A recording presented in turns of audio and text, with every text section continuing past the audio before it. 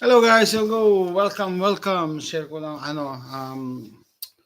live lang tayo ngayong Thursday morning, Feb 1. Feb 1. Sabi ko, okay. Just like that, tapos na yung January, no? Mag-ilaw na ako. Just like that. So, papansin nyo yung January, umpisa pa lang ng taon. Sabi nga mga taga-Quezon, ang dami ng ganap. Dami ng ganap. Umpisa pa lang ng taon. No? Ano kaya naghihintay sa atin for Feb? And may mga plano ba kayo for Feb?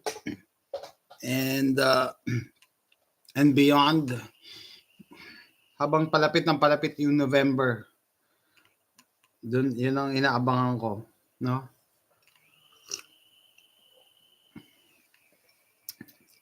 Siyempre, Valentine's Day, February.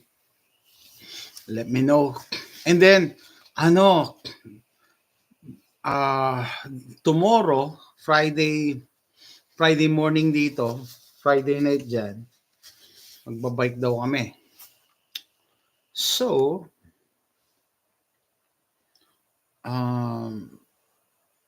hindi ako magla-live stream bukas. Mabike kami. Pero gusto kong mag-live stream pag sa gabi. Sa gabi. Gusto kong mag-live stream sa gabi. February, araw ng mga puso. Good morning, Boss Jason. Night duty muna while listening. Oy, good evening sa'yo. Good evening. Biscuit the Bind. Yeah, good morning dito sa North America. Time check, 7:41 a.m. Sa Pilipinas, 9:41 p.m. Samahan nyo ako habang nagkakapi lang ako. Kasi, especially, February 1. February 1, ha?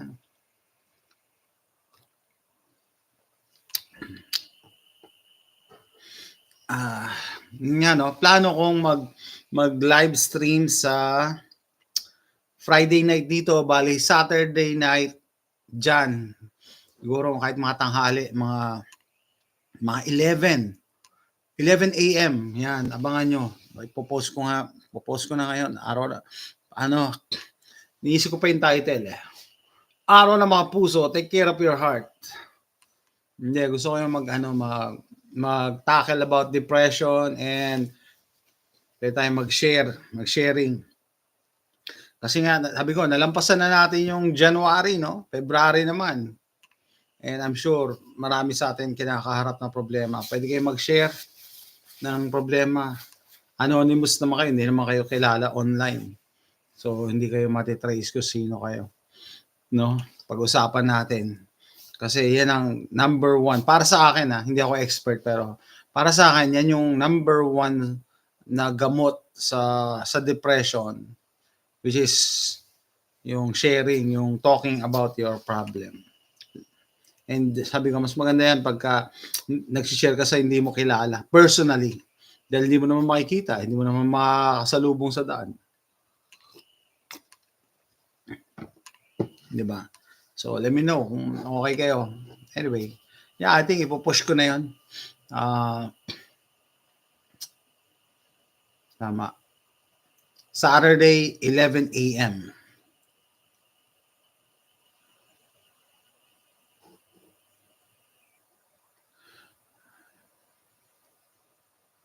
Life as a music teacher for new students.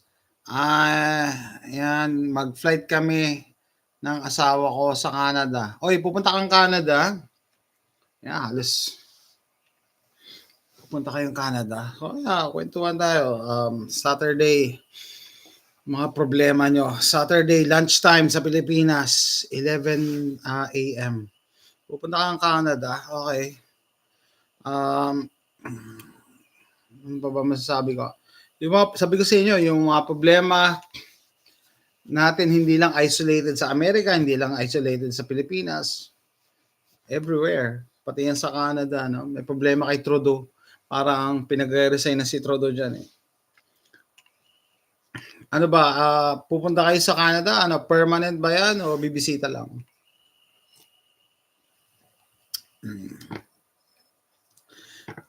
May mga bagong balita ngayon, no? Nakita ko si Sharon. Diyos ko po. Si Sharon, humihingi ng prayers, no? Kasi hindi mo siya pwede humingi ng pera dahil dami niya ng pera. May sakit daw si Sharon.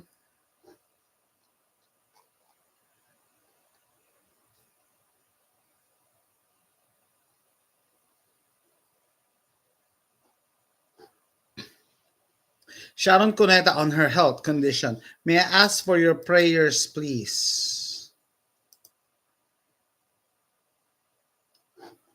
Meron daw sakit si Sharon ngayon. Ito tsura ni Sharon, para ang tanda-tanda niya na. No?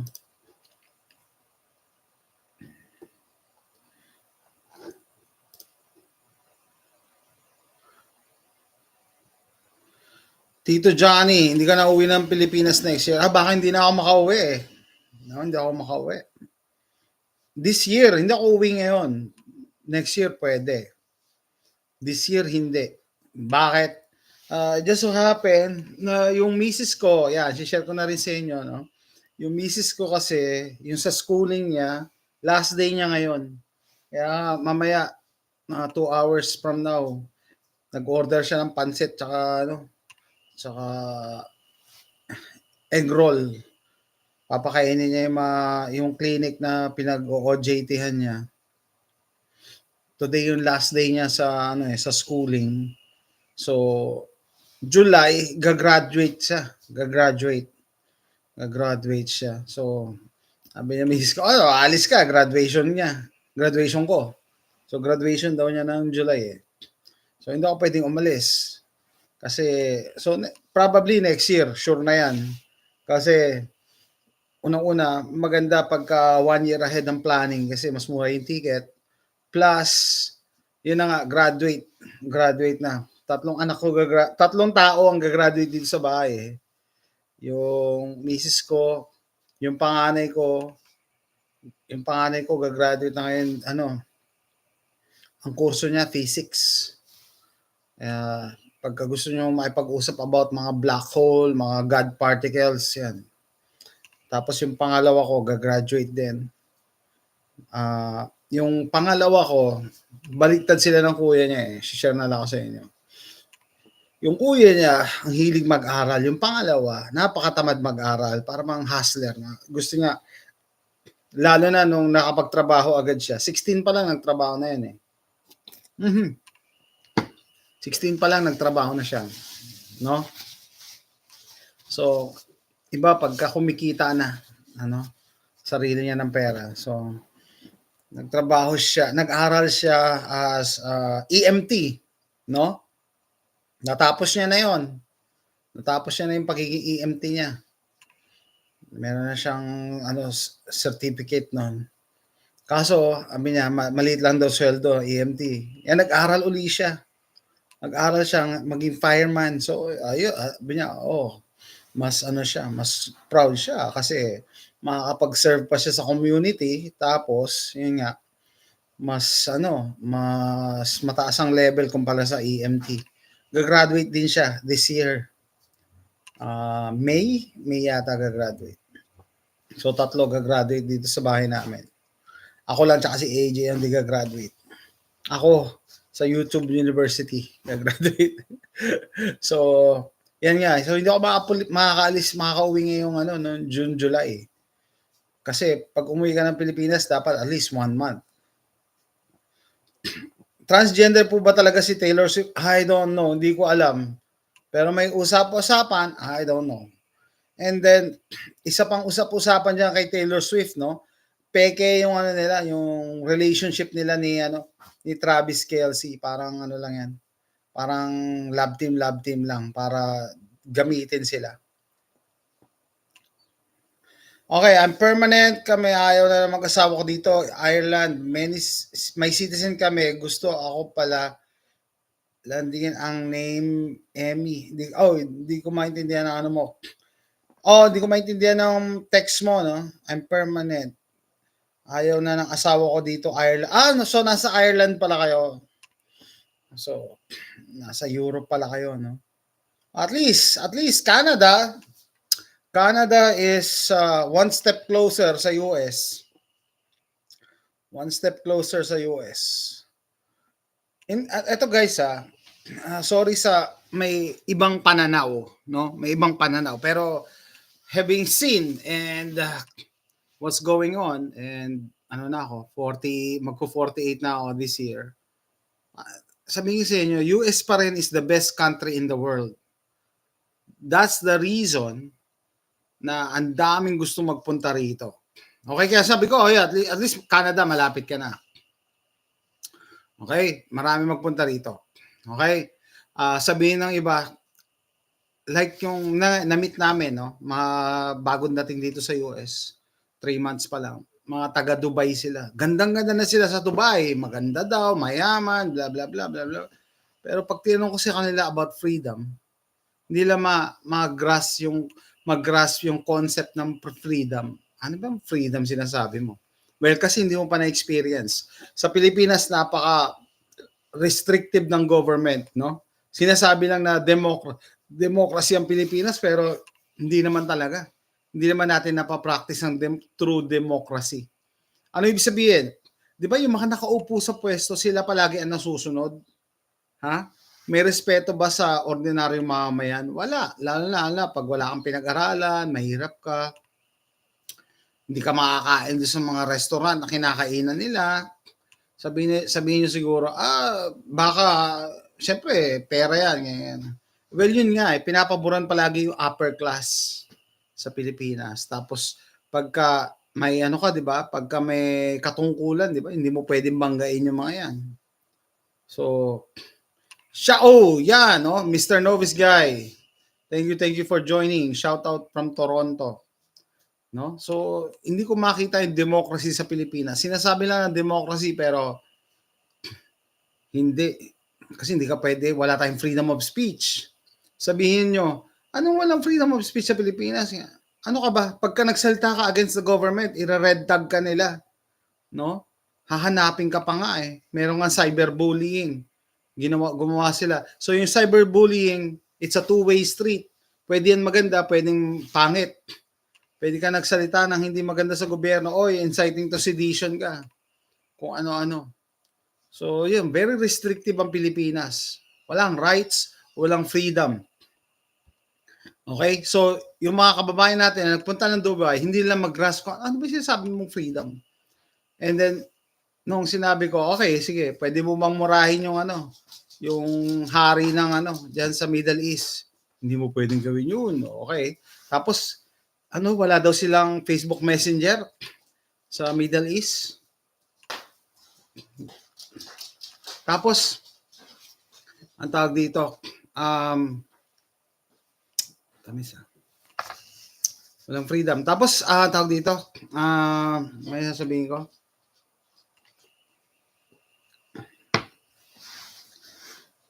Yun nga, no? So, pumunta ka sa Europe. Yan, sorry sa mga nasa Europe. Pero yung mga taga-Europe, gusto rin magpunta ng US. Bakit? Kasi very restrictive din. Diba? Gun rights, wala kayong gun rights. No? Tinanggal na nga yung gun rights, lalo sa UK. Pati knife, gusto tanggalin. Ibanda, wala ka daw. There's no reason for you to carry a knife. So, may isa ako napanood na clip, no? Na sabi, buti pa sa sa UK, walang mga baril-baril, walang mga shooting. Okay. Sige. Pero tignan niyo yung mga police sa UK, puro naka MP5. Naka MP5, di ba? Wala kayong makikita sa UK na naka revolver lang or naka pistol lang. Naka MP5. Wherever you go, good morning Sir Jesse. Good evening sa'yo. Tito Johnny, naka-jacket ako. Hinatid ko yung anak ko sa bus stop. Ang lamig. 50 degrees Fahrenheit eh. Lamig. Pagka naka-sweatshirt ako, tumatagos sa sweatshirt. At least ganito pwede. No? Trabaho ko dito, music teacher kami mag-asawa ko. May binili kami asawa ko, may property dyan. Okay. Saan ka bumili ng property? Music teacher, Ibang level ka ng ibang level ng yung brain mo para mag-isip. Ako wala akong inclination sa arts eh. So iba daw mag-operate yung mga mga music teacher. Iba tayo. Okay, Second Amendment maganda sa Amerika. Yeah, example, yun nga. Hindi ko pa nga binibring up yung Second Amendment eh. Yung freedom of speech pa lang eh.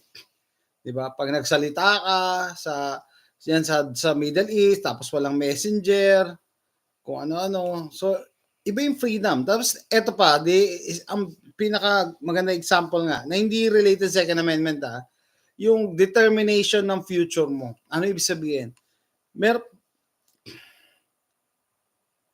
Grabe, ibang-iba po weather sa oo nga eh. Kaya nga eh. Iba nga yung perception sa Pilipinas sa Texas eh. Akala ng mga tao sa Texas, disyerto, mainit. Sa pelikula lang yun kasi usually pag pinoportray nila yung Texas, cowboy. Actually, you will be surprised pag dumating ka rito sa Houston, wala kang makikitang cowboy, wala kang makikitang nakakabayo unless may rodeo na festival. No? Wala kasi yung mga disyerto nandun sa dulo ng Texas yan. Nasa border between Texas and New Mexico. Yan yung mga disyerto. Anyway, yun nga no, sa freedom, yung determination ng future mo, ano ibig sabihin? Pag nasa US ka, kahit anong gusto mo maging, pwede ka, may opportunity ka. Like example, sabi ko, sige, sa Dubai ba, pwede ka bang maging doktor? Yun, maganda simple ay baka hindi kasi yung ibang occupation daw sa Dubai nakalaan lang sa mga lokal nila. Ibig sabihin, talagang taga Middle East ka. Hindi ka pwede maging doktor. Di lalo hindi ka pwede maging astronaut kasi wala naman silang space program or mga ganung jobs. Yung pinagkaiba sa freedom madedetermine mo kung anong gusto mo. And may opportunity ka. Example nga dito sa Amerika yung anak ko nagagraduate na panganay, ang kinukuha niya physics, 'di ba? Physicist, magiging physicist siya. Gusto niya magtrabaho sa CERN. Sa Switzerland, CERN. Sa Winnipeg ka pala. Okay. So, yun nga no. Pero kung nasa ibang bansa ka, magkakaroon ka ba ng opportunity na gano'n? Na maging physicist? Sa atin nga nakakaawa yung mga physicists eh. Naturingang may physicist sa Pilipinas, pero sa nagtatrabaho, sa Pag-asa, nagiging sa weather, napaka-limited na opportunity. No? And then, yun nga, yung Second Amendment. Pag na-realize nyo yung importance ng Second Amendment talaga, pagpapasalamat nyo na, ba't buti merong Second Amendment. Kasi kahit anong gawin nila na pag-ban, pag-push ng gun control, hindi nila masakop yung freedom ng tao dito kasi nga may Second Amendment. Daniel Defense, isa din sa gusto ko pero na-realize ko pala na anti-second, talaga, hindi ko alam. Headshot magnet. Paano sila naging anti-Second Amendment? Kasi yan ang nila, negosyo nila. Actually, recent shot show, yung Daniel Defense, nag-release na sila ng pistol. First pistol nila. And ang dami nag-aabang. Ang alam ko, anti-Second Amendment nito na binoboycott ng mga gun owners yung yung kutsilyo? Yung kutsilyo na merong logo na butterfly. Yun ang anti-Second Amendment. Kaya napakamahal pa naman ng mga Benchmade. Napakamahal pa naman ng mga kutsilyo nila, ng Benchmade. No? Bakit? Kasi nakipag-partner sila sa anti-gun na police department, tapos sinira nila yung mga baril na nakumpiska nila, kaya boycott sila sa mga gun owners. Yan, boycott ang Benchmade. Napakamahal pa naman. Okay? Yung Dick's Sporting Goods, boycott yan sa Second Amendment sa mga pro-guns. Kaya pabagsak na yung Dick's Sporting Goods. 'Di ba? Kaya may mga ganon. So, guys, kahit siguro wala kayo sa Amerika, ma-appreciate nyo yung Second Amendment kasi yan na lang ang humahad lang sa worldwide tyranny. Worldwide tyranny. Kaya sabi ko, related dyan yung kay Taylor Swift. Yung mga nasa likod niyan, yung mga elites, yung mga kabal, anti-Second Amendment yan. Kasi may mga yung Second Amendment lang ang pwedeng pumalag sa kanila. Okay. Musta dyan, showdown ng Texas State at ng White House. Di ang Texas, naglagay lalo ng mas madami pang barbed wire, mas marami pang razor wire. No? Parang chess mo ba, nag-iintay kung sinong pipiyok eh. Di ba? Sino magfo-fold. Pagka kasi pinush ni Biden to ng talagang magkakagulo, yan ang magiging downfall niya kasi I'm sure hindi susuportahan ng mga Amerikano ang civil war. Lalo na yung mga liberal na mga taga California. Ilalaban nila or taga California or taga New York. Nakakatawa nga daw eh sa Amerika, 'di ba dalawang party, mga Democrats at Republicans. Kanino ba yung barel? 'Di ba nasa Republicans? Nasa Republicans yung mga barel kasi yung Democrats ayaw nila sa barel, di ba? Andiyan yung mga LGBTQ na organization, yung Everytown for gun rights, andyan. Sa kabila, andito sa Republicans, yung mga NRA, GOA, di ba? Napakaganda ng Texas kasi mag-i-enjoy talaga ang kayo mahilig sa guns and blades. Yes. Kahit ang Texas guys, kahit wag mo na isipin na baril no? Kahit mo na isipin. Merong pride talaga ang Texas na hindi yuyuko sa kahit sinong tyrant, no? May history ang Texas. Texas is its own country in the past. Isang bansa ang Texas, Republic of Texas ata. So yung Texas kasi humiwalay sa Mexico. So naging isang bansa ang Texas. Tapos, yun na. Parang jumoin nga daw ang US sa Texas eh. Okay? So, yan. So, kahit hindi na usapin ng baril eh. Pero, in terms of pride na, from Texas kami. Kaya madaming galit sa Texas, no? Kasi yung Texas, kayang tumayo mag-isa. Ang laki kasi ng Texas, guys, na kayang sabi ni Ken, parang fourth ano? Fifth yung GOP natin, yung economy. Talaga? Di ko alam eh. So, yung economy daw yung economy ng Texas parang fourth or fifth na GOP sa buong mundo, sabi ng kaibigan ko. So, maganda. So, tapos ang Texas, sobrang laki. Iba-iba yung terrain. Kasi meron kami tinatawag dito na flatland, yung pantay lang, patag lang. Meron namang mga bundukin, meron namang matubig. So, halo-halo. No? So iba-iba yung binibring na economy. Tapos maniniwala ba kayo itong Houston, itong lugar ko, malapit lang sa dagat. Kung nasa Pilipinas ka, hindi mo isipin na may dagat sa Texas kasi akala nyo disyerto. May dagat. So may shipping port din dito. So kaya talagang tumayo mag-isa. No? I'm learning. Ito nga, ito yung mga bagay na may misconception eh. Akala ng iba, lang yan, patag lang na disyerto. Hindi. Diba, may nakipag-away mga ako ng taga New Jersey? Yung misis ko dati umatid ng convention. Nakipag-away siya kasi minamaliit yung Texas sa convention. No? Sabi daw, ganyan lang ang Texas, ganyan, mga puro disyerto, mga nakakabayo. Sabi niya, saan sa Texas? Ako, 10 years na ako bago ko nakita na nakakabayo eh. Kasi nag-drive kami palabas. No? And then, eto nga, di ba, sabi ko sa inyo, yung misconception na, ang yabang-yabang ng Texas, bumagsak naman yung power nyo noong 2021 kasi pinakailaman ni Joe Biden. Alam nyo ba, pinarusahan ng Texas. Tapos ngayon, pinaparusahan ni Joe, yung update din sa standoff ng Texas versus federal. Si Joe Biden, yung administration niya, parang binaban yung exportation ng natural gas dito sa Texas. So, hindi yata makapagbenta. So, talagang, kino-corner niya yung Texas.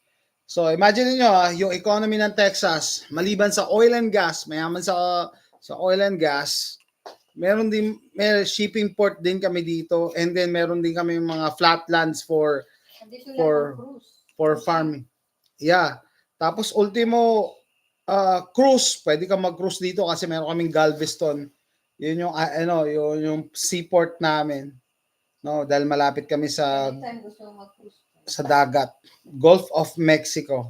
So imagine niyo yun, gusto mo mag-cruise, dito ka lang, mag-drive lang ako ng 1.5 hours, nasa Galveston na ako.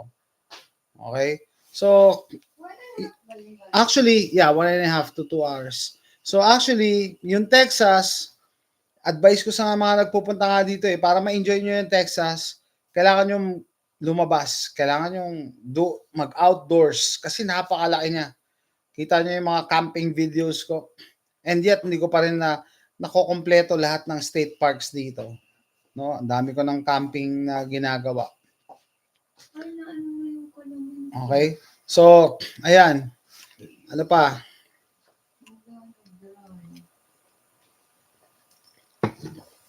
Sa showdown nga ng Texas at saka ng White House, no? Tinitira ng White House ang economy ng Texas, parang pinapahirapang mag-export ng natural gas. Imagine nyo, ganun siya kasama. Ganun kasama ang nakaupo ngayon sa administration. Okay? Ano pa mga developments ngayon? Yung nakaraang SHOT Show, nakakatukso talaga. Sayang, hindi ako nagpunta. Las Vegas lang yan, lapit lang. Nagpunta doon si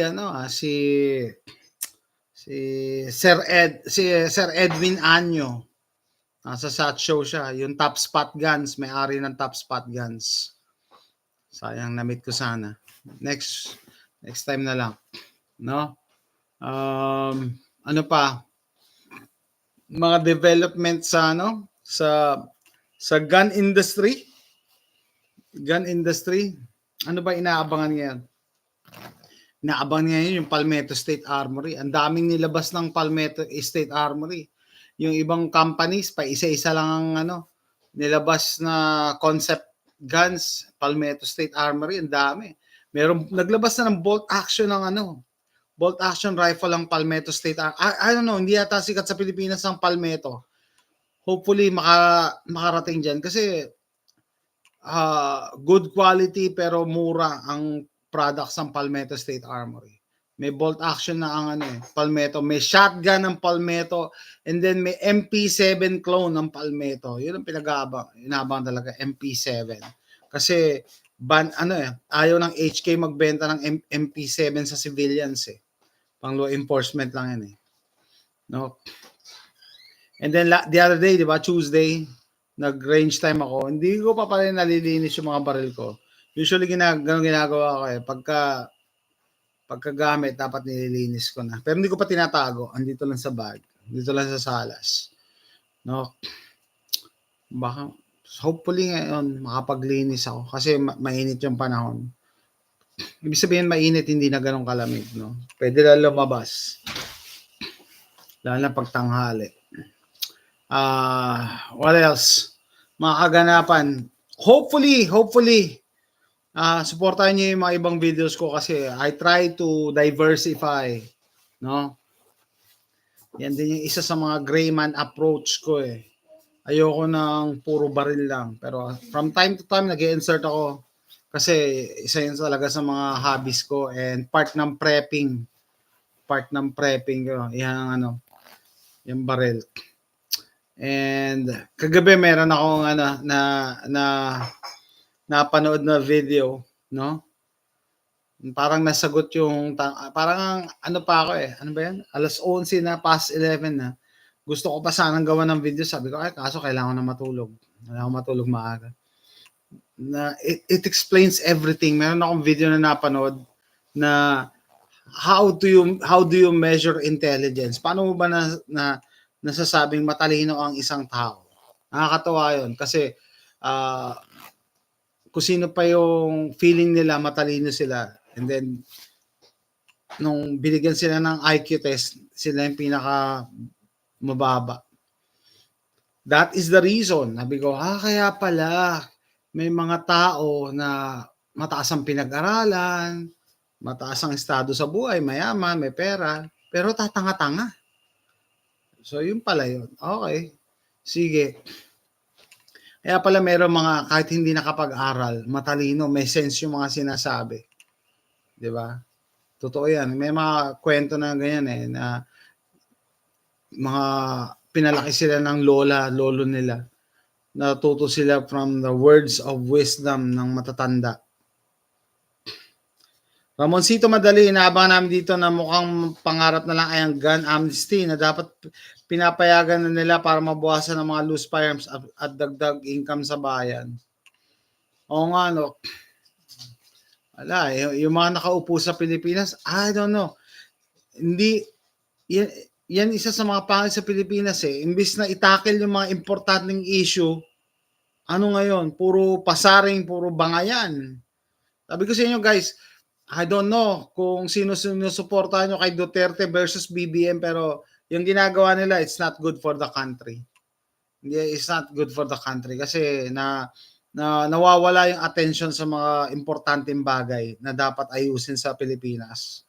Na imbis na yung efforts, yung energy, mapaganda ang Pilipinas, hindi, magbabangayan sila, mag-aano pa sa pinag-uusapan na ngayon yung eleksyon, 2028 pinag-uusapan. That's the irony. Anon-anon. Si Duterte mahilig sa baril, pero siya pa rin nagpa-restricto sa baril. Gunggong talaga. Yeah, ganon. Ganon. Hindi, alam nyo guys, napansin ko yan sa mga kababayan ko, no, mga kapwa natin Pilipino. Just because meron na silang baril, wala na silang pakialam sa iba.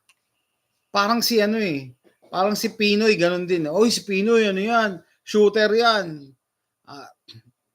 Makakatikim na tayo ng ganyan, yung luluwag yung baril. Hindi pa din. Yan si Duterte, yan, mahilig sa baril. Binan ni Duterte sa lahat, pero siya mayroong 556. Ganyan eh. Tapos, observe nyo, alam ko, yung iba makakapanood dito, member ng gun groups. No? Pagka nag-comment ka doon sa gun group or nag-post ka, mga Pinoy gun groups about gun rights, about luwagan yung gun ownership, kukontrahin ka. Yung si Charles nga daw ang kumukuha, isa pa, si Fight Kid, si Briley, binan siya doon sa isang gun group. No?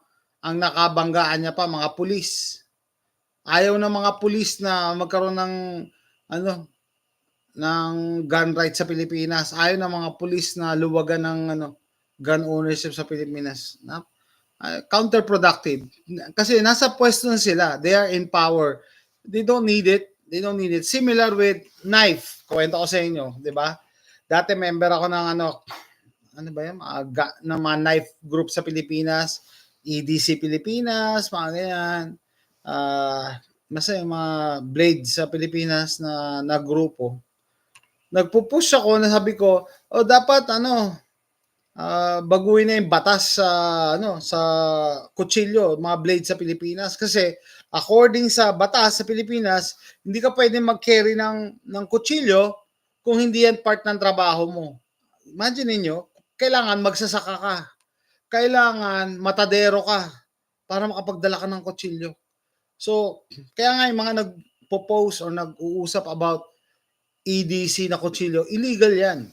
Technically illegal kasi yung law natin napaka-outdated na. Sinauna na, no? And then yung admin, ako pa yung binash. I'm rocking the boat, baka daw yung sistema. Talaga? So ayaw mo ng rights? Ayaw mo ng blade rights?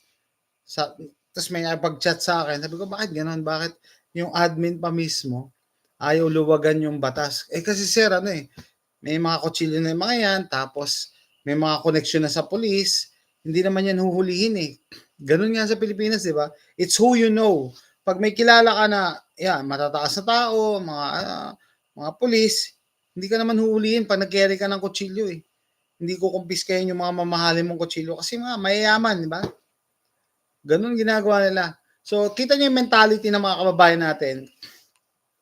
Just because may baril na sila or may 556 na sila, okay lang kahit yung ibang tao walang 556.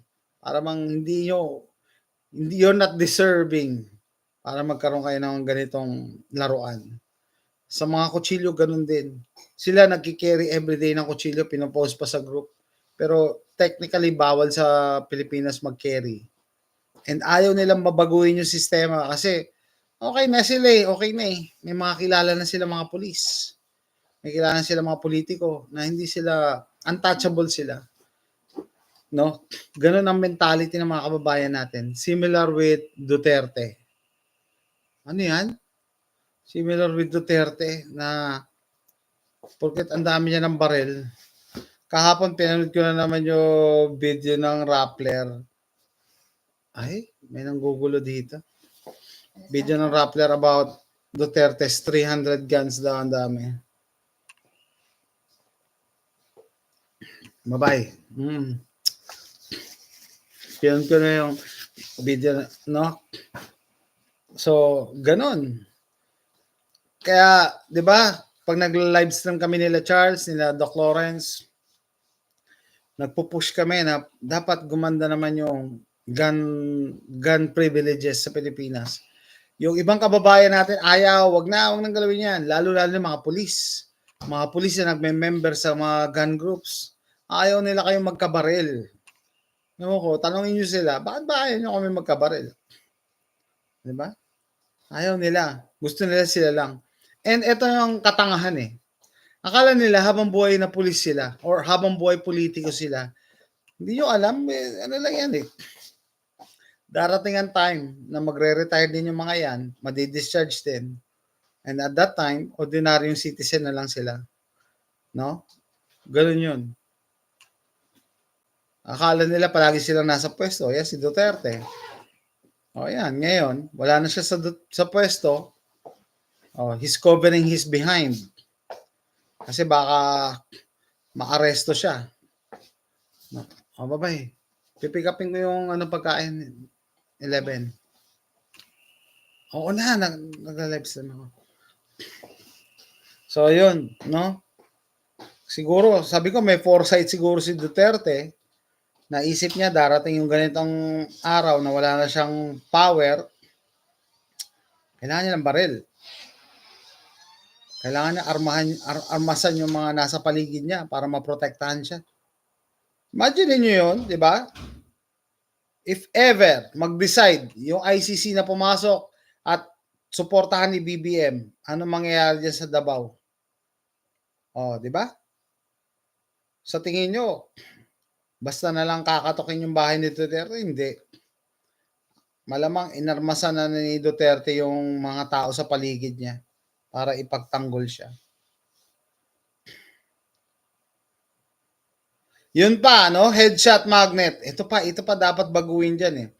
Yung gun, yung ang tawag dito. Sa Pilipinas, kapag namatay ang gun owner, imbis na iwan sa kamag-anak or anak, kukumpiskay ng mga pulis, parang ninakaw sa'yo yung baril. Na kung tutuusin, binili mo yun. Yung 40K na Glock, 45K pa nga eh. Binili mo yun, binili ng tatay mo yun. Tapos, kukumpiskahin. Ayaw pa na sabihin na kukumpiskahin eh. Sabihin, safekeeping daw, safekeeping. Ano mangyari? Di ba may nabalitaan na may mga regalo daw, mga farewell gifts sa mga magre-retire na police. Yan, dyan kinukuha yan sa mga kinumpiskang baril. Nireregaluhan yung mga magre-retire na police. No? Dyan So dapat tingnan nyo guys, no? Kung talagang democracy ang Pilipinas, dapat meron tayong private ownership. Ano yun? Dapat ni-recognize ng constitution natin yung private ownership. Ano yun? Ako bumili nito, this is mine. Kahit anong gawin ko dito, dapat sa akin. Hindi state ang bumili. Hindi estado. Hindi gobyerno ang bumili ito, ako. So, hindi na ipapamana ang baril sa Pilipinas. Imagine niyo, merong tawag dito?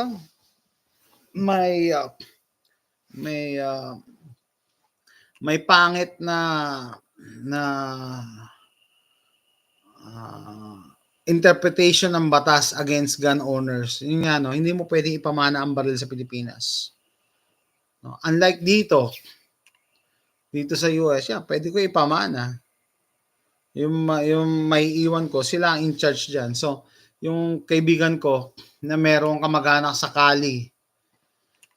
May kamag-anak sa California. Gun collector pala, namatay. Tapos yung babae, yung asawa, walang kaalam-alam sa baril. Humihingi ng tulong last time. Sabi ko, sige, punta tayo. Kahit California, babiyahe ako. No? Pero baka pwede makahingi kahit isang baril. Kasi walang kaalaman sa baril eh. Hindi alam presyohan eh. Gusto i-dispose. Yun ang ano eh. Ako instruction, dapat mag-iwan ako instruction sa misis ko eh. 'Di ba? Kaya yung iba kong baril, hindi, majority ng baril ko, naka-post naman dito online eh. Malaman niya kung magkano ko binili. Para may idea paano yung presyohan. Pwede mo ibenta. No? So, isa yan sa against gun ownership. Yung pag namatay ang gun owner, hindi pwedeng ipamana. Safekeeping daw. Parang yung kaibigan natin, si Tokayo sa Hagbayon Channel na yung lolo daw niya, may mga baril dati na pang World War II, sinurrender. Sa tingin nyo, nasa na yun? So, malamang, mga antique na yun, yung mga garand, di ba? Highly collectible. Yan ang yun ang stigma sa Pilipinas yung about against gun ownership. Just because may baril ka, gagawa ka ba ng masama? Kahit mga single shot na na baril, gagawa ka pang masama. Hindi naman eh. Hindi dapat nagsisignify na pag may baril ka, masama ka ng tao. No? Hindi. Ano pa? Na-mention ko isang hindi transferable. Yun pa nga eh. Natin Ray, hindi nga transferable. Pero asa na yung usapin na pera ko yan eh. Ako bumili niyan eh. Bakit niyo ko kukumpiskahin? Sasabihin ng gobyerno, hindi naman namin kinukumpiskay. Safekeeping eh. Ay lang diretso yan. So hindi talaga tayo democracy. Hindi tayo malaya. No, hindi tayo malaya. Lalo na sa mga pag-aari na pinaghirapan natin, bilhin. No, hindi nata-transfer. Yan ang isa sa dapat mabago sa sa gun ownership sa Pilipinas. Dapat may bigyan ng provision na ipamana, i-transfer, automatic dapat next of kin. Yung baril, dapat automatic next of kin. Tapos, kunyari, namatay yung tatay, walang kasulatan, automatic dapat doon sa panganay na anak. Okay, yung panganay na anak ayos sa baril, then nasa kanya yung pangalan, nasa kanya lang, wag niya kung ayaw niya ibenta, wag kasi it reminds him of his father. Di sa kanya nakapangalan. Pero bakit kailangan kunin ng gobyerno, di ba? With regards to the topic, paano ang process dyan, sir, ng transfer ng ownership? Kasi dito sa Canada, pwede i-transfer lahat ng baril ko sa anak at misis ko as long as may ARPAL license sila. Okay. Wala nga kasi sa Pilipinas nga kailangan i-surrender eh. Kakatukin yung bahay. Para kunin yung baril. Sabihin, sir, magandang umaga po. Dito sa record namin na yung gun owner dito namatay na. Dito po kami para kolektahin yung baril. Wala, hindi nata-transfer unless i-transfer yata bago mamatay, which is paano mo naman mape-predict kung kailan ka mamamatay, di ba? So I'm sure dahil sa ganyang process, ang dami nang nakumpiska ng PNP. Okay, yeah. Okay, yeah. Sige, maganda yan kasi I've been to both sides of the world. Philippines, tapos ngayon nasa US ako. Yung Canada hindi ko alam, pero sige, pag nag-join ka sa topic, paano pagkuha ng license? Maganda pag-usapan natin 'yan. Tama. Para mapag-usapan natin yung pagkuha ng license sa US, Canada, tsaka Philippines. Not because for any other reason na mangiinggit, hindi. Para makita nyo naman how other people live, paano nabubuhay ibang tao, paano yung sitwasyon. 'Di ba? Kaya sabi ko sa inyo, At least ako, nakakapagbigay ako ng advice based on my experiences. 'Di ba? Hindi yung nabasa ko lang sa internet. And kahit nandito ako sa US, no, fina-follow ko yung mga ibang YouTubers, no, nagpo-post sila, oh, paano, ano, kaya na isang video na panood ko, no, pumunta siya, bumaba siya ng Cubao, pumunta siya doon sa Strong Hand para makakuha ng gun safety seminar. Pagkakuha niya, nag-firing, tapos kailangan pang idalhin uli sa krame, mga ganong sitwasyon.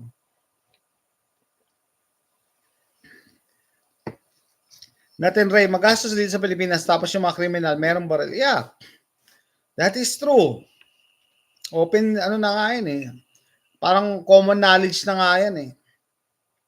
And then based on statistics, guys, hindi nyo pwedeng i-disprove to or kontrahin.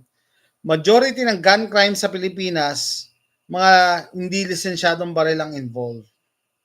Yan, yung mga riding in tandem na yan, hindi naman yan, hindi naman yan legal gun owners eh. Pero talamak, di ba? Walang renew ng baril. Tama. Open secret na yan eh. Alam na yan ang lahat eh. Pero bakit hindi pa rin binabago ang gun laws sa Pilipinas? Ang solusyon dyan ng mga politiko, ang mga anti-gun group, ito may gun control sa Pilipinas. Established na yan. Hindi nyo pwedeng kontrahin. May gun control. No?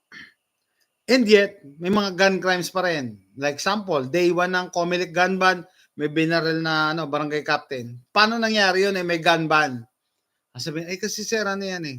Hindi lisensyadong baril. Okay, so, majority pala, based on statistics, majority ng mga gun crimes, hindi lisensyadong baril. Bakit hinihigpitan nyo yung mga legal gun owners? Diba? Parang nakakabobo kasi may gun control na nga, hindi gumagana yung gun control kasi walang pakialam ang mga kriminal sa gun control. Mga batas, by definition, criminals don't follow the law. So anong solusyon ng mga politiko? More gun control. More gun control. Ganyan. Ewan ko ba, yung mga politiko sa Pilipinas, ginagaya lang yata nila yung mga yung anti-gun politicians dito sa US eh. Yung mga taga-California, taga-New York. Hindi na nga gumagana, more gun control pa ang suggestion. 'Di ba? Ano yan? Ang tawag diyan, insanity. Definition daw ng insanity. Doing the same things over and over but expecting a different result. Paulit-ulit mong ginagawa pero in-expect mo ibang result. That's insanity. 'Di ba? Hindi na nga gumagana eh. So, tinanong ako dati ng kaklase ko na anti-gun. Anong solusyon mo? Ha? Sabi ko, di armasan mo yung mga legal citizens kasi it doesn't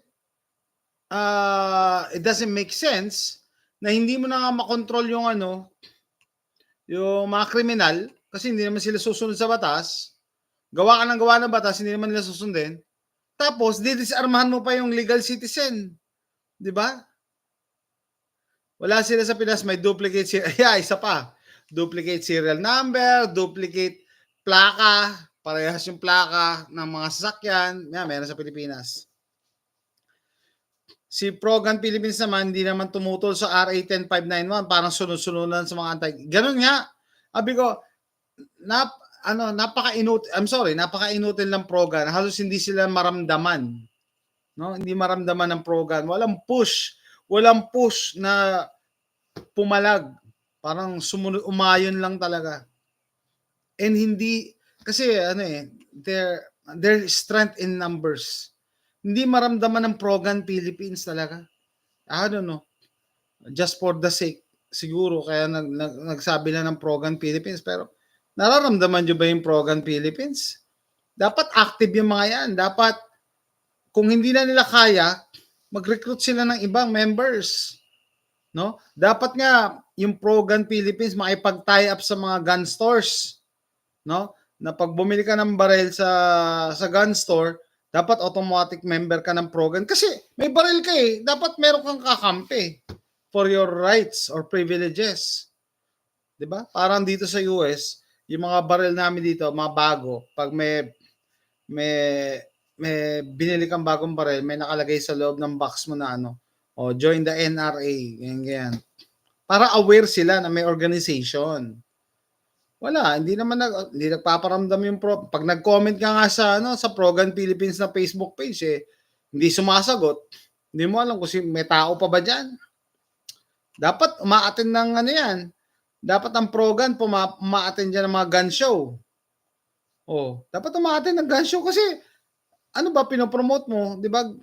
Responsible gun ownership. Ba't hindi sila makita sa mga gun show? 'Di ba dapat nagse-seminar sila sa mga gun show? Sa DSAS, sa Tax Expo, para ma-educate yung mga kababayan natin about gun privileges, gun ownership, gun safety. Pero asan ang pro-gun? Wala. Sabihin niyo siguro, kasi sir, parang kotse yan Kailangan gasolina para tumakbo. Yes, kailangan. Pero dapat, bago naman mag-join yung mga kababayan natin sa Pro-Gun Philippines, dapat makita naman yung effort ng Pro-Gun. Walang maramdaman I don't know. Kaya panahon na siguro para magtayo ng talagang national na gun group sa Pilipinas. Like sa US, hindi lang nakaasa sa NRA. Iba nga, umalis na sa NRA GOA na Gun Owners of America na Nailed it. Dito active ang CCFR, counterpart ng NRA. Yeah, dito nga, hindi lang NRA, pabagsak na nga NRA dito. GOA na, Gun Owners of America, tsaka ibang gun groups. Mga Andres. Yeah, GOA. Dapat wag tayo aasa kasi pag lalamya organization, nawawala ng gana yung mga members. And there's strength in numbers. Kaya, madaming members ng yung mga GOA na yan, nilabanan nila yung yung ATF regarding sa pistol brace. Papalag. Ibig sabihin, lawsuit, counter lawsuit. Kasi pag nag-member ka, may babayaran ka. Pero sulit naman kasi nakikipaglaban para sa rights mo. Anong nangyari ngayon? Bumalik na yung pistol brace. Kaya abangan nyo, ipopost ko yung yung shooting ko ng nabuhay na uli yung UTAS UT9M. Naka-pistol brace kasi yun Kaya nabuhay na uli. Naglabasan na yung mga pistol brace ngayon dito sa US. Kasi nilalabanan yung mga unconstitutional rules and laws ng federal government. So dapat, I think panahon na. Dati, we have high hopes diyan sa nga yung Pinoy Gun Group sa Facebook. RPG, Responsible Pinoy Gunners. Sabi ko, ba't biglang nawala yung grupo na yon? Dati rin ako dun admin moderator ako dun Umalis ako, nawalan ako ng gana, palagi naging bentahan na Palagi may mga nagpo-post about mga benta-benta, mga gamit. Naging parang palengke na yung gun group. No? So dapat kasi tama yung sinabi ni General Luna Ang kalaban natin, sarili din natin mga kababayan. May mga kababayan tayo na ayaw ng gun rights. Kontento na sa gun privileges, lalo na yung mga mayayaman, lalo na yung mga matataas ang pwesto, lalo na yung mga pulis at militar, tas member ng gun group. Nako, ayaw nila na magkaroon ka ng baril. Ayaw nila magkaroon ka ng 556. Pag nagsalita ka, for 556, tanggal ka sa grupo. Proven na yan. Kasama natin si Fight Kid. Si Briley na Fight Kid ang channel. Tinanggal siya sa dahil nagsalita siya for 556. Bakit hindi pa rin na tatanggal yung ban? Tinanggal siya ng yung pala mga pulis pala yun, yung member ng gun group. Ba, ganun sila mag-isip. No? Gusto nila sila lang. Para bang sa tingin nila kami mga matataas ng namin, estado namin sa buhay. Kayo mga Indio, wala kayong karapatang magkaroon ng mga 556. Parang ganun. Parang status symbol para sa kanila. Na ang gagaling nila dahil meron silang mga 556 high-end, no? Meron pa yung kay Robin, yung CZ Bren, di ba? Si Mig Subiri may 308 AR-10. Si Mig Subiri AR-10, no? Sabihin mo ng senador siya, pero hindi siya sundalo. Pero ba't ganon? Okay? So, yun talaga, meron pa rin upper class at lower class sa Pilipinas. Babalikan ko sa inyo yung tanong about rights na pinagkaiba sa US. No? Hindi pwede dito yan. Hindi pwedeng ma-discriminate ka dahil wala kang pera. Hindi pwedeng ma-discriminate ka dahil hindi ka politiko. Kita niyo yung discrimination sa Pilipinas? Di ba? Sabi nga ni Charles, wala siyang problema kay Robin kahit ganong kadaming baril niya, kahit may CZ brand siya, kahit may full auto. Gun rights yun gun privilege Ang problema lang kasi, sana yung ibang kababayan natin meron din. Similar with Duterte. Merong Kalashnikov, may 7.62 by 39 yata si Duterte, may 5.56. Walang problema, okay lang din na magkaroon siya ng. Pero sana yung mga kababayan natin, bakit ikaw lang? Buti pa nung unang panahon, happy and simple living ng lolo ko. Growing up, nagkalat ang 30-yard 6 garand. Yeah. Ngayon, wala na. Kinukumpis ka na yan. No? Ano yan? Actually, ano na yan may historical value yan Dapat protektahan natin yan Similar with other artifacts. No? Kaya sana yan, hindi yan kinukumpis ka dapat ng pulis yan. Family heirloom yan Wala naman mang-hold up ng may 30-yard 6 na garand Alam niyo kung bakit? Kasi sobrang mahal ng garand na yan. 'Di ba? It doesn't make sense na yan ang gagamitin niya sa krimen. Dapat may special license na yung mga ganyan. No? Luwagan na yung mga antique firearms license.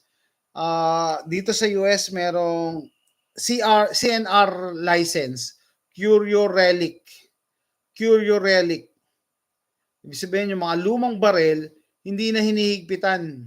Pwede nga ipa-deliver sa bahay basta may Curio Relic license ka Bakit? Kasi nga, hindi mo daw gagamitin sa kasamaan yan. Hindi mo yan gagamitin para mang-hold up sa 7-Eleven.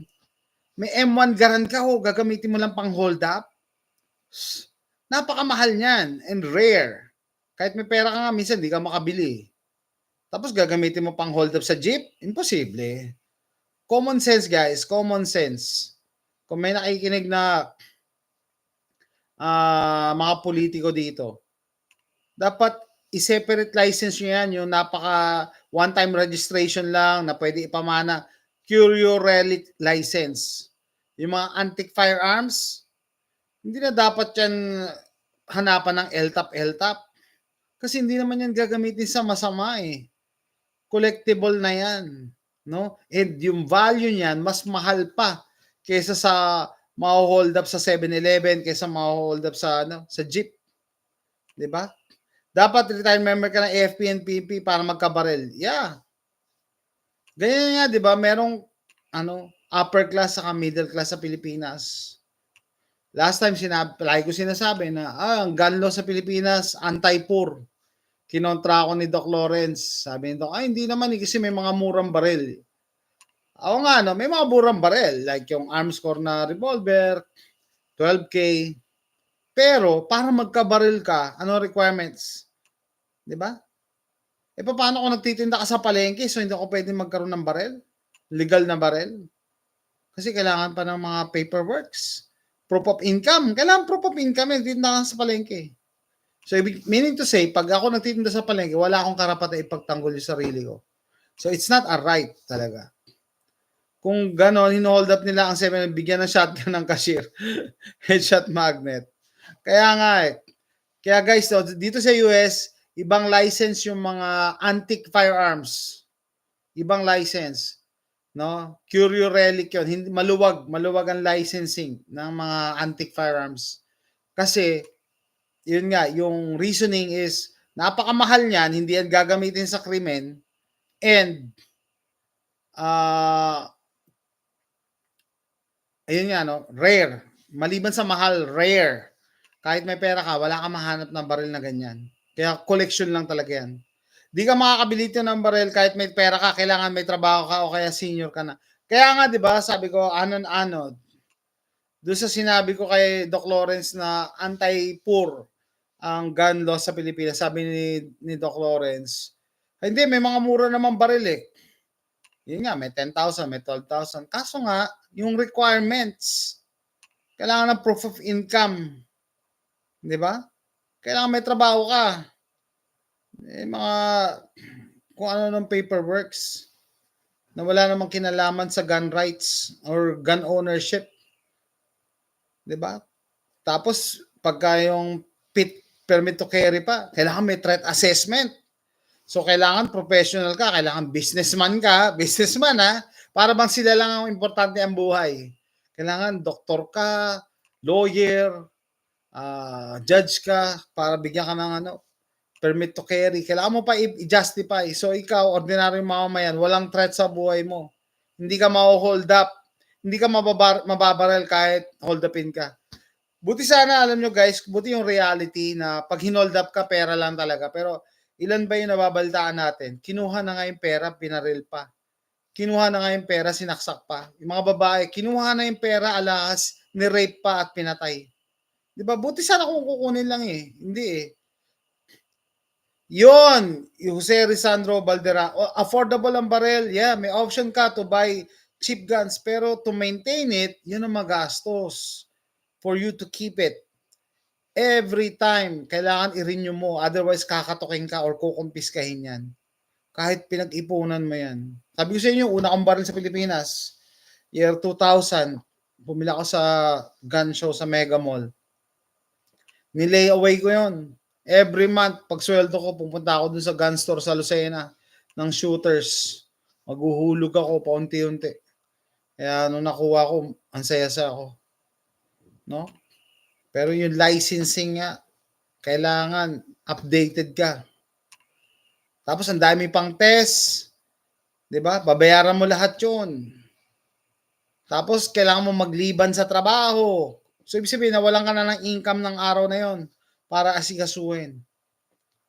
Paano pagka nasa probinsya ka, mas mahirap yung mga taga-probinsya kasi bumiyahe pa, natutulog pa sa Manila. Sabihin nyo na naman, si Mer, may caravan naman eh. Talaga, may caravan. Hindi naman lahat ng buong Pilipinas eh. Ita-timing mo talaga yan na talagang mag-expire yung license mo. Ang problema nga dyan, yung mga nag-a-abroad bigla eh. Wala nang time para mag-renew. Bigla na lang pinatawag na, dumating na yung mo. Babiyahe ka na, sasakay ka na sa barko. Wala nang time. No? Dapat dyan, ito suggestion ko, kung nagkaroon ka na ng LTAP, dapat ang renewal dyan, online na lang. Para yung mga taga-probinsya hindi na babiyahe. Kahit yung mga nasa abroad, hindi na babiyahe. Sir, paano yung yung mga neuropsychiatric test? That's bullshit. Wala naman silbi yan eh. Dapat online fee na lang. Renew. Sabihin ng iba. Sir, paano yan? Kung dati nag-neuropsychiatric test ka, pumasa ka, kunyari, 1 year from now, nagbago na yung estado ng mo, naging addict ka na, di kulong ka pag ginamit mo yan sa masama. Di ba?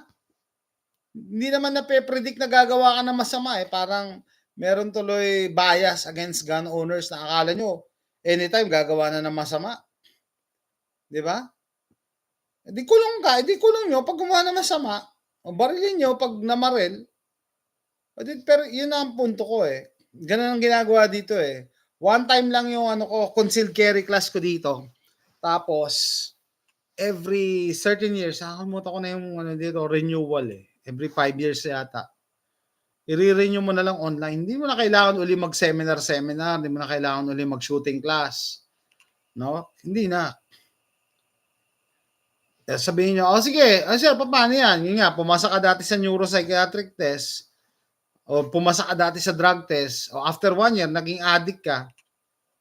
So, di ba, isa yan sa requirements na dapat, hindi ka addict pagka magiging gun owner ka. So, ibig sabihin, decision niya yon. Decision niya na maging addict. O di, he's breaking the law. O di pwede na siya mahuli. Diba? So yun nga dito, pag naging felon ka, nahuli ka sa krimen, tatanggalan ka na ng gun rights. So, tanongin niyo yung sarili niyo na, oh, sige, napasa ko yung last year.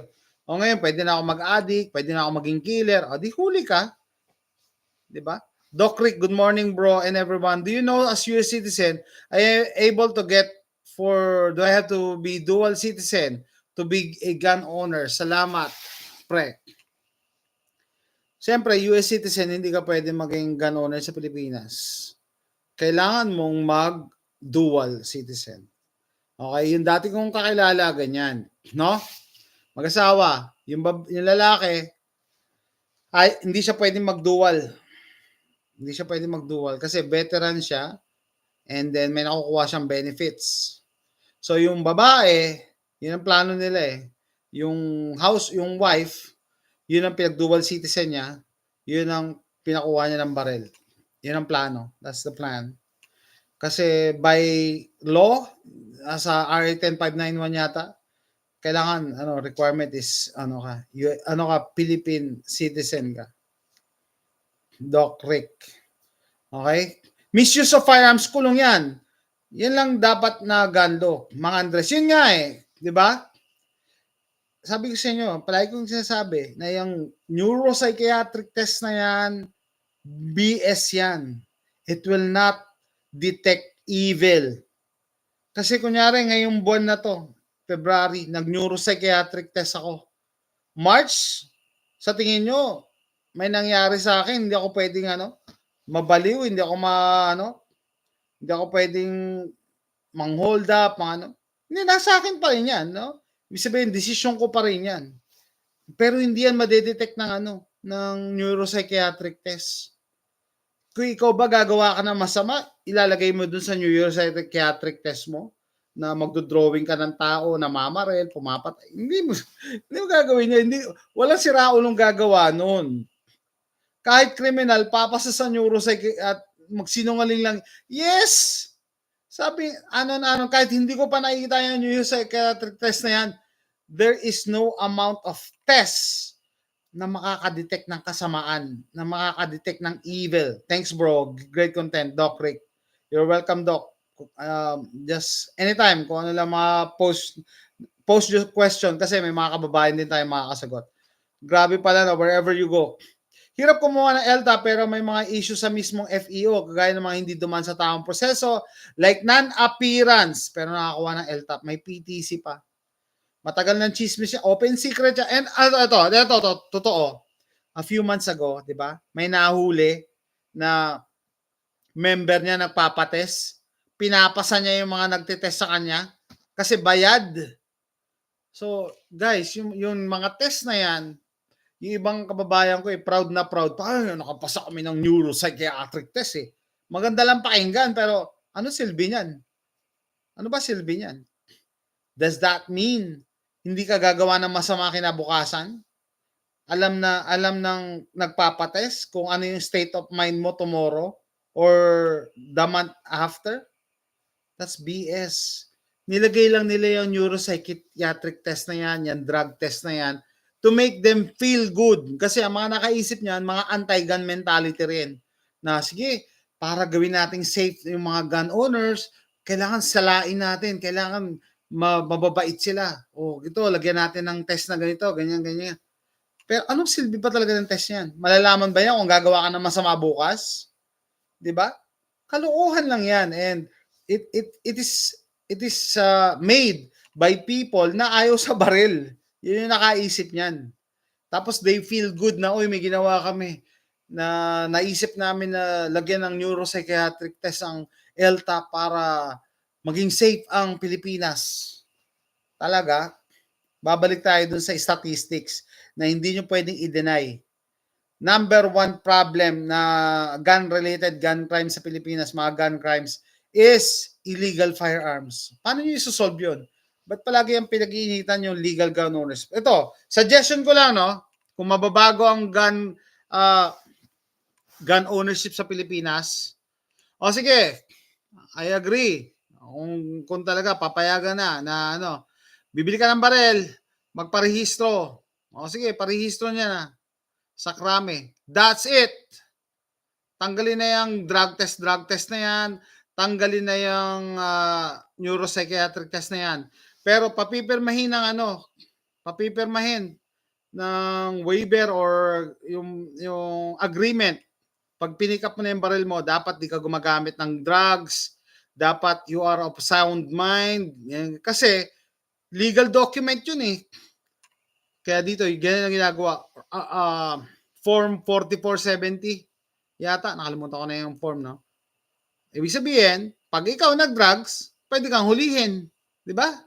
Pag nahulihan ka ng drugs at baril, mas malaki ang penalty mo. Ganun lang, napakasimple. Di ba?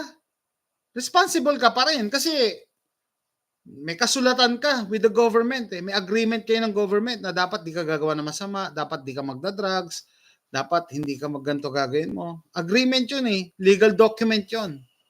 Di ba? Ayun ang suggestion ko. Wala na yung mga neuropsychiatric test na yan, mga drug test na yan. Basta ang usapan, pag nahulihan ka ng baril at ikaw ay positive sa droga, mawawalan ka na ng gun rights, gun privileges. Dapat walang baril sa bahay nyo. Kasi convicted ka na. Dapat walang baril. Hindi mo pwede ipasa yan. Ganun yun. Ganun ang usapan. Kasi nga, hindi nyo naman talaga makokontrol yung tao kung gusto niya maging masama. Hindi yan madedetect sa neuropsychiatric test. Sabi nga iba nating kababayan, I don't know, 90% ba ng sagot sa neuropsychiatric test is, yes or no? Ganun lang eh, yes or no. Yes, dito sa Pinas sana magkaroon ng improvement at mabago wherever you go. Paano mababago kung mismo mga gun owners sa Pilipinas ayaw mabago? They don't want to rock the boat too much. Kasi kontento na sila eh. May connection na sila kay Mayor, may connection sila sa Chief of Police. Alam nila kahit may dala silang barel at wala silang PTC, hindi sila ma-checkpoint. Sabihin lang nila yung kilala nila sa City Hall or sa Police Department. 'Di ba? Ganyan naman sa Pilipinas, 'di ba? Ganyan naman eh. Ako nga dati nahuli ako eh, pero ang nanghuli sa akin, traffic violation. Diyan sa Mandaluyong, yung traffic enforcer, no. Inabutan ako ng stop sa intersection. Umusli lang ako ng konti. Sabi ko, pag dumiretso ako diyan, edi huhulin mo ako beating the red light. Minto ako. Ang sabi sa akin, nagbabara daw ako sa traffic, impeding traffic. Paano nangyari? Nakakadaan naman yung nakausli lang ako sa linya. Anong gagawin ko? 'Di ba? Ayaw, gusto talaga akong perahan ng traffic info. Ano yung ginawa ko? Binigay ko yung calling card ng uncle ko. Si Colonel Cordero. Mista, PMAR yon. Mista niya yung Chief of Police. Chief of Police doon sa lugar na yon. Biglang bumait yung mga traffic enforcer dyan sa Mandaluyong. Ayokong gamitin yan. Kaso, ako, peperahan ako eh. Anong gagawin? Peperahan nila ako eh. Obstruction daw ako sa sabi ko, anong obstruction? Kita nyo naman, wala naman akong hinaharangan.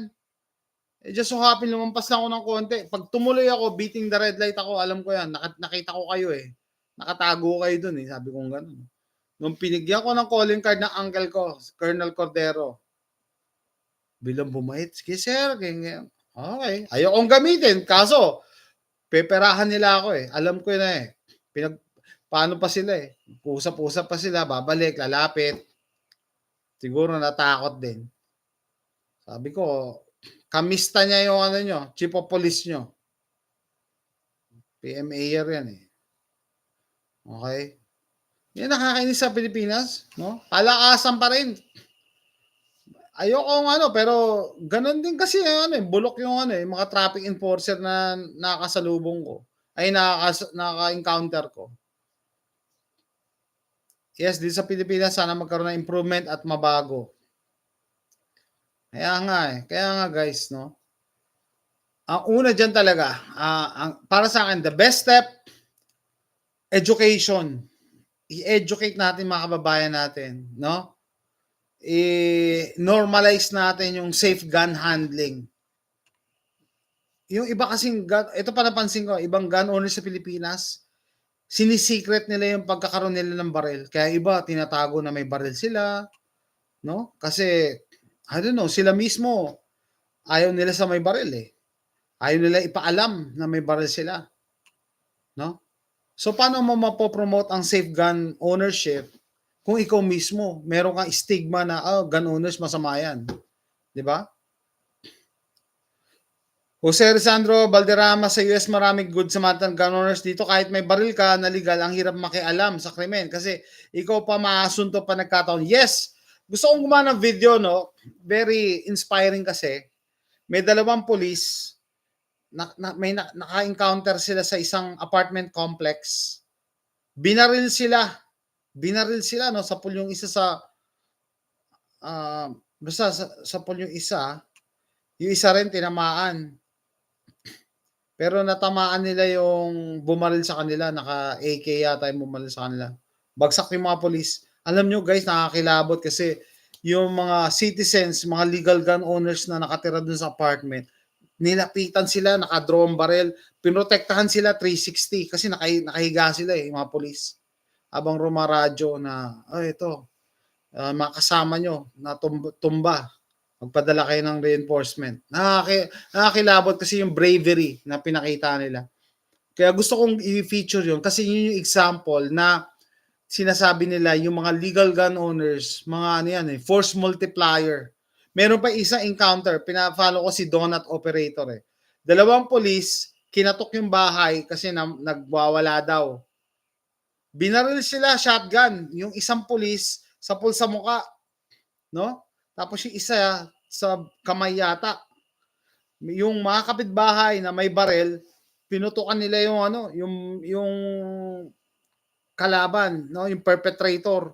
Tapos yung isa naman nakabantay dun sa isang may tama ang muka. Talagang nakahan sila kasi hindi nila alam baka ikutan sila eh. Yun talaga yung mga buti nga recorded yun eh. Yung ng body camera. Yun yung mga instances talaga na gun owners talaga katulong talaga tayo ng police pag kailangan. Yun nga, ang problema sa Pilipinas, yan, ikaw nang tutulong, baka ikaw pa mabaril ng police kasi mga police ayaw sa civilian gun owners. May stigma sila na porket may baril, kalaban na.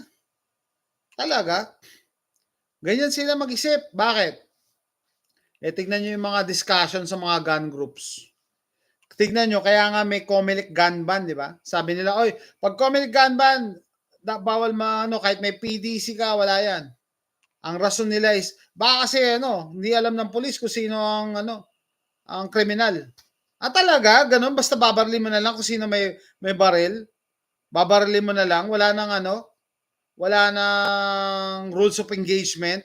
Kaya di ba yung, yung diyan sa Malabon ba, Valenzuela, yung teenager, binaril ng mga pulis. Yung pala, hindi pala yun yung target nila. Grabe yung mga pulis, no? Ayoko magsalta against sa pulis, pero tignan nyo yung mga balita. Binaril nila yung teenager, hindi pala yun yung target nila. So, walang rules of engagement. No? Pag ikaw pala na dyan, babanata ka na bigla. Ano position mo sa rules sa public places dito sa Pilipinas? Need i-surrender sa guard. Dapat tanggalin yan. Bakit? Pag sinurrender nyo yung baril nyo sa guard, does that mean na yung buhay mo nasa kamay na ng guard? It goes against the right to self-defense. So, ibig sabihin, surrender ko yung baril ko sa guard ng SM, dapat yung guard doon, protektahan niya yung buhay ko kasi nasa kanya yung pang self-defense ko eh.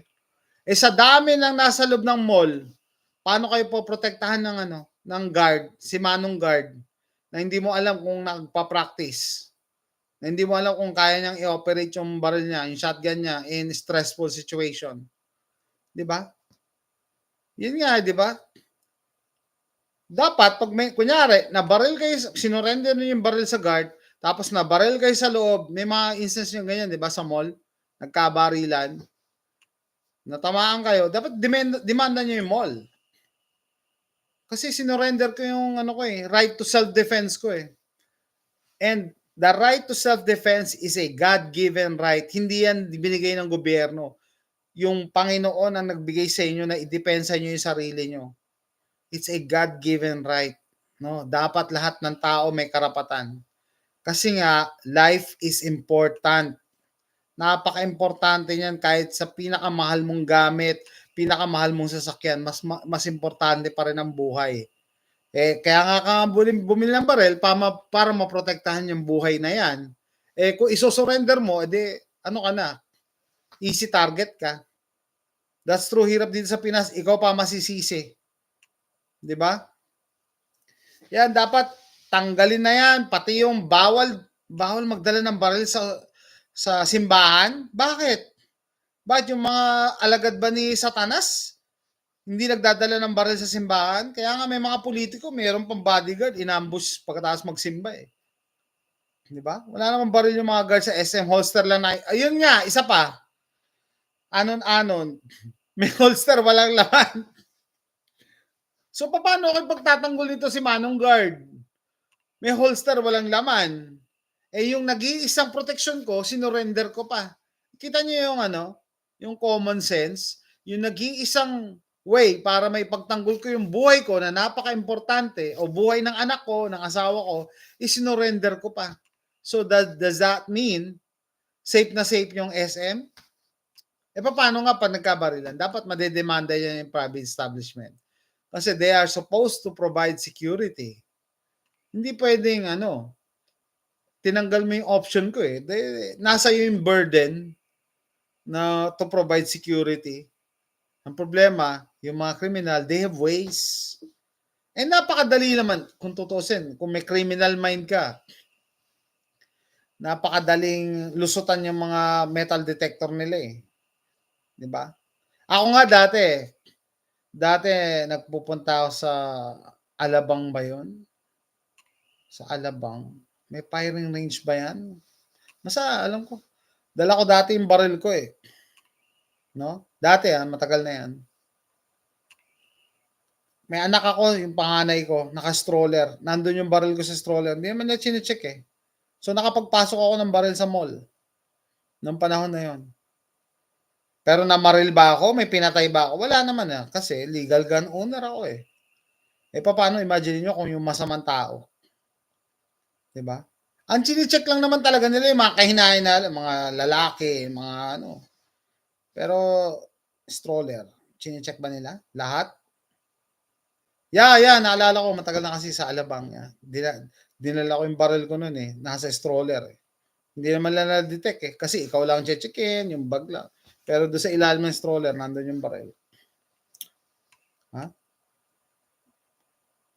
May nangyari ba? May ginawa ba akong masama? Wala. Kasi legal gun owner ako.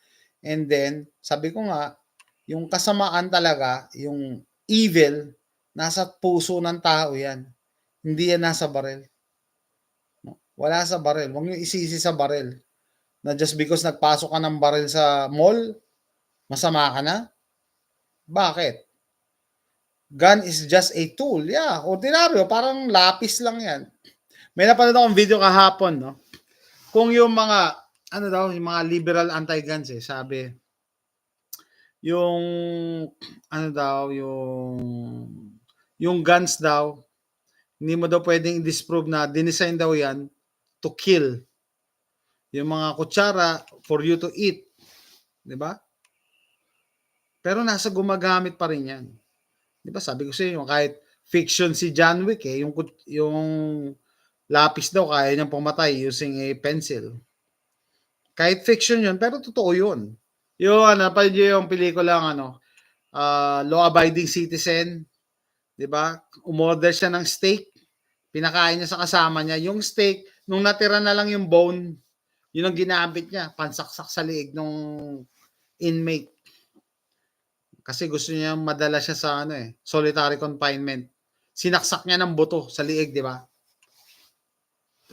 So, ibig sabihin, it's just a tool. Yung intention pa rin, yung kasamaan, nasa tao talaga. Hindi yung kahit sabihin mo, safe na, hindi siya binigyan ng mga kutsilyo, hindi siya binigyan ng fork.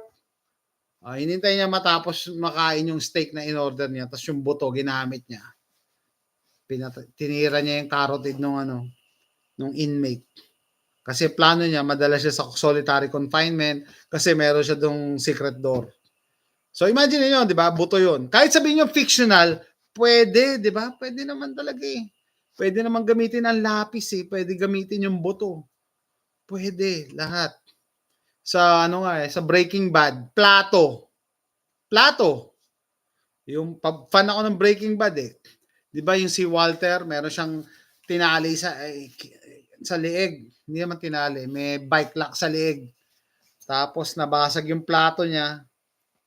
Nung binubuo niya na, sabi niya parang kulang yung piece para maging buo yung plato. Yung pala yung isang piraso nung nabasag na plato, no? Ginamit sa kanya pansaksak, oh. Ginamit sa kanya pansaksak. Buti natalo niya. Pero imagine niyo, plato, pwedeng gamitin pampatay. Kasi pag nabasag yun, sharp na yung edge. So lahat yan, yung mga bagay na paligid sa atin, pwede gamitin yan pampatay. Pero bakit hindi natin ginagawa? Kasi law-abiding citizen tayo, meron tayong morality, may tinatawag na ethics, yung pagpapalaki sa atin ng magulang natin, yung turo ng simbahan natin, kung anong religion natin. 'Di ba? Hindi lahat ng tao masama. So ano nangyayari diyan, ang gun law sa Pilipinas, ina-assume na porkit may baril ka, gagawa ka ng masama, kaya dapat bantayan ka. Ganyan mag-isip yung mga anti-guns ha. May kaklase ako nakadebate ko, dalawa pa, taga California. Ang sabi sa akin, no, wherever you go, anything pwede gamitin to kill. Yes!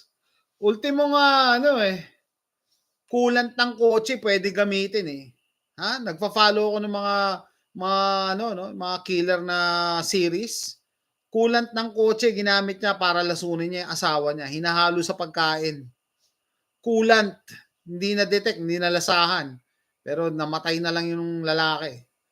Coolant ng kotse, pwede gamitin panlason. No? So, yun nga, no, yung may kaklase ako taga California, anti-gun. Ang sabi ba naman, suggestion nila, dapat yung mga gun owners, every year, dapat, chine-check yung mental state. Baka mamaya mamaril na. Hindi ba discrimination yon? Ay sabihin, sa tingin ko hindi naman discrimination. Sa tingin mo, kasi hindi ikaw yung gun owner. So ibig mo sabihin, every year magpapa-psychiatric test ako dahil akala nyo mamamaril ako this year. Sa tingin daw niya, hindi daw discrimination. Kasi hindi ikaw. Di ba napaka katangahan nun? Di ba? Kamay, pansakal. Yes! Kamay! Ano yung nasa balita the other day? Teenager, sinuntok niya ng isang beses isang bata, patay. Isang suntok lang daw, kaya nagtataka siya. 15 years old lang nga yung bata. Nagtataka siya. Bakit daw isang suntok lang? Akala nyo ganun lang yun? So what more, kaya doon yung ma-appreciate Second Amendment eh. Dito sa US, ang lalaki ng tao dito. Ako, 5'9", 190 pounds. Sa tingin nyo, makikipagsuntukan ako sa mga 6'6", 6'10", 300 pounds? Naku, durog ako nun. Kahit isang suntok lang. Kaya, di ba, sabi ni Samuel Colt, equalizer talaga ang firearms. Lalong-lalo na sa mga kababaihan. Sa tingin nyo, kunyari, asawa ko, 4'11", 100 pounds. Kaya niya makipagsuntukan sa mga 6'6", 6'10", 200, 300 pounds? So, kung common sense yan, common sense dapat armasan natin yung mga kababayan natin. Kasi equalizer ang firearms eh. Kahit gaano ka kalaki, kaya kang itumba ng 115 grains na hollow point. Ace Moto Venture, hello. Kamay, pansakal. Yeah. Imagine niyo, kaya lalo na mga kababaihan, kung may makakapanood nito, dapat mga babae, maging proactive kayo in terms of self-defense. Huwag niyo iasa sa boyfriend niyo, sa asawa niyo. Kasi hindi kayo palaging magkasama. And in the fight for your life, hindi ka pwede makipagsuntukan sa mas malaki sa'yo, mas mabigat sa'yo. Sa boxing nga, kailangan magka-weight class kayo bago kayo payagan maglaban. Parehas kayo ng weight eh. Paano? Sa kalye, sa mundo, hindi mo naman mag-gauge kung sino lang yung kamatch mo. Diba? Sabi ko nga sa inyo, 5'9", 190 pounds. Sa tingin nyo, yung makakalaban ko, sabihin ko sa kanya, uy, ano ka ba? 250 ka, hindi kita pwede labanan. Wala namang ganun, di ba? Hindi natin napipili kung sino yung aggressor natin eh. Hindi natin mapipili. Di ba? Eh what more kung ang lalaki, 6'6", 6'10", 250, 300 pounds, may pagsuntukan, hindi, bubunot ako ng barel pag gano'n. Maski nga sa tingin nyo, ka-level mo, kunyari ako, di ba sabi ko, 5'9", kahit sabi mo 5'7 pa yan, tapos 150 pounds, bubunot pa rin ako ng barel. Bakit? Kasi hindi ko alam kung yung training niya eh. Hindi ko alam kung may kutsilyo siya. Plus ako, may edad na ako. Oh, magpo-48 na ako. And may history ako ng heart attack. Hindi mo pa rin masabi. And pag naipaglaban ka na, fight for your life, hindi ka pwede matalo. Kasi pag natalo ka, tepok ka. Diba? So yun ang kagandahan ng gun ownership. It levels the playing field. Pantay kayo, no? Paano sabihin niyo, paano sabing pantay? Eh yung kalaban mo walang armas, ikaw may armas. Well, eh kung siya yung aggressor, eh siya yung sumusugod. Oh, di at least may pang-depensa ako. Minsan nga ito, most of the time pala, minsan pag nilabas mo yung baril mo at tumigil na yung threat, it has done its job. Hindi mo na kailangan iputok yung baril mo. No? Pag nalaman ng perpetrator na may baril ka, umatras siya, that's it, tapos na ang boxing. Hindi mo kailangan iputok yan. Hindi mo siya kailangan barilin. Kung wala na yung threat. Kung tumalikod na siya at umalis. Tapos na ang threat. That is the beauty of gun ownership. Hindi mo siya kailangan gamitin. Ilabas mo lang siya. Malaman lang ng aggressor na may baril ka. Diba? So hindi mo na kailangan may pagsuntukan, hindi mo na kailangan dapat may unfair advantage ka. That is true. Kasi hindi ka pwedeng matalo. Hindi pwedeng atakihin ka. Kunyari, sabi ko nga, 5'9 ako, tapos may umatake sa akin 5'7. Sabihin ko sa kanya, sports lang ha. Walang bubunot, walang mga hampas ng bote. Pwede bang ganon? Walang rules. Iba yung sports sa self-defense. Sa sports, nire-regulate lahat yan. Walang susuntok below the belt, walang susuntok behind the head, mga ganon. Diba? Sa fight for your life, wala namang ganong rules, diba? Gagawin mo lahat para manalo ka. Dapat nga may unfair advantage ka, sabi ni Mang Andres. That is true. Kung yung kalaban mo magaling makipagsuntukan, dapat may kutsilyo ka. Kung yung kalaban mo may kutsilyo, dapat may itak ka. Kung may itak yung kalaban mo, dapat may baril ka. Kung may baril din yung kalaban mo, dapat may rifle ka. Ganon, dapat may advantage ka para manalo ka. Hindi pwedeng sports lang. Saka ang kriminal, bihira magtrabaho na mag-isa. Yeah, that is true. Kaya may backup yan. Sabi ko sa inyo, nung high school ako naglalakad ako dyan sa recto, no? Yung, alam niyo naman, pag teenager ka, ayaw mo kasama yung nanay mo. Nauuna ako maglakad sa nanay ko. Bigla na lang may umakbay sa akin. Teenager lang ako. Diyan, high school ako sa FEU Sabi ng nanay ko, Jason, ano yan? Bigla umalis. Dalawa yung umalis. So, ibig sabihin may kasama pala yun. So, imagine niyo, kahit pumalag ako noon, wala, dalawa sila. Baka nagripuan ako. So, ganun. May kasama yan mga yan. Imposible yung mag-operate sila ng isa lang. So, pasalamat nga ako. Kasama ko yung nanay ko. Ano yan? Yung umakbay sa akin, umalis. Tapos may isa pa naglalakad sa tabi namin, umalis din. Gumano, no? Halatang magkasama. Better to be judged by 12 than to be carried by 6. Palagi nyo narinig yan. That is true. Ang advice ko sa inyo, guys, no, mga makapanood nito, isipin nyo palagi yung survival nyo. Kailangan nyo masurvive nyo yung ordeal, yung situation. Saka nyo na problemahin yung korte. Kasi may mga nakikita ko sa mga chat, no, sa mga comments, ay, hindi mo pwedeng yan kasi makukulong ka. Ay, hindi pwedeng gamitin yan Ano lang siya, tubo lang ang hawak niya. Ikaw, baril. Saan mo na problemahin yun? Kailangan mo na mag-survive. Baka mamaya, may baril ka nga, lagi ka naman nag-hesitate. Yan ang advice Kung hindi mo kailangan bunutin ang baril, wag mong bunutin. It means walang threat. Kung kailangan mo maipag-compromise, magpakumbaba, gawin mo. Pero the moment na life and death na, mamamatay ka, bunutin mo yung baril mo, wag ka na tumpik-tumpik, ano kaya? Makukulong ba ako nito? Ano ba? Saka mo na problemahin yun. Kailangan mo mag-survive. Kailangan mo, yan ang good example. Better to be judged by 12 than to be carried by 6. Saka mo na problemahin yung hukuman. Kailangan mo muna mag-survive. Kasi anong silbi niyan ng baril mo kung nag-hesitate ka, parang yung isang clip na panood ko, no? Akyat bahay, pinasok yung bahay. Napanood nyo ba yon? Pinasok yung bahay, gabi, yung homeowner, babae. Yung babae, may dalang baril, tutok ng tutok siya dun sa akyat bahay, hindi naman niya kalabitin. Hanggang sa naagaw sa kanya yung baril. Buti hindi siya pinatay. 6 tagadala ng ataul.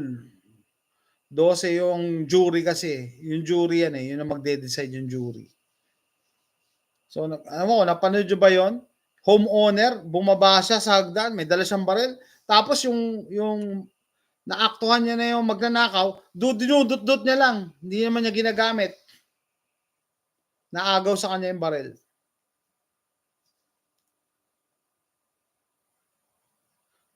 Walang pakialam. Ganyan gusto nila para safetyness nila. Huwag nyo galawin para good tayo.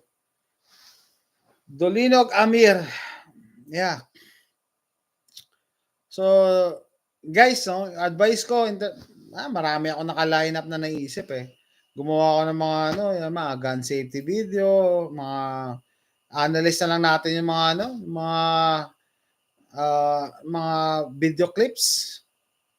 Minsan may baril ka nga, yun nga, naagaw pa. Kasi iniisip mo, naglalaro sa isip mo na, baka makulong ako pag pinutok ko to. Pero hindi mo iniisip yung survival mo. Kailangan mo mag-survive. Buti pa pala yung 12 years of binaril ng loob sa kanila. Sa US din yun.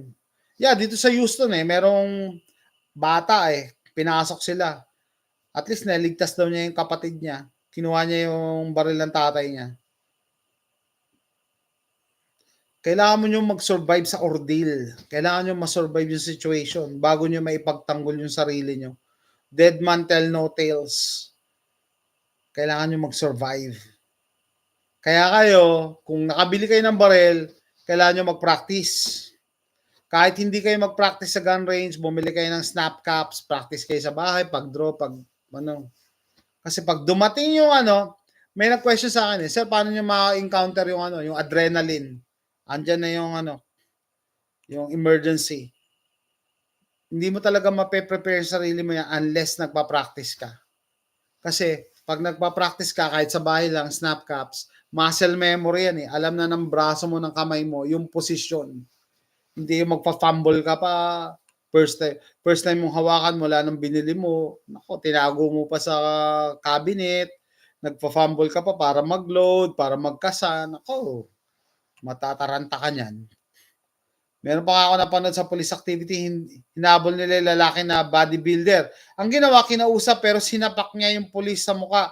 Ang ginawa ng kabady, binaril. Yes! Kasi may threat. May threat sa buhay Babarilin talaga. No? Lalo na bodybuilder. Hindi natin, sabi ko sa inyo guys yung makaka-encounter natin, hindi natin alam kung malakas siya, kung marunong siya sa karate, taekwondo, or whatever. Or kung meron pa siyang dagdag na kutsilyo. Kaya dapat, 'di ba? Siguraduhin mo yung safety mo, yung survival mo. Kailangan mabuhay ka. Umay lang talaga sa Pilipinas, need mo pa ng threat assessment. As if alam namin kung kailan kami magka-hire. Yan isa pa napakalaking kalokohan Dapat tanggalin na yung threat assessment na yan Because i-argue dapat dyan na every life is important. Hindi porket hindi ako businessman, wala na akong threat assessment. Hindi porket hindi ako lawyer, hindi ako judge. Yun lang binibigyan ng mga threat assessment Lalo na yung mga businessman. Ang dami niyang may magpo-produce ng threat assessment. Delikado daw buhay nila. Talaga? Kala ko ba every life is important? Dapat may chamber load palagi. Isa pa yan sa mga nagre-request sa akin, how to carry na with a chamber loaded. Magandang usapin yan kasi May mga tao na ayaw ng takot na mag-chamber load, yung iba naman okay lang. Ako, I carried both ways. Nag-carry ako ng may chamber, nag-carry din ako ng wala. Depende sa barrel, depende sa sitwasyon. Hindi man sa depende sa sitwasyon, depende sa mood ko. Bakit? Kasi unang-una, may mga barrel talaga na lalo na pag modern firearms na confident ka na.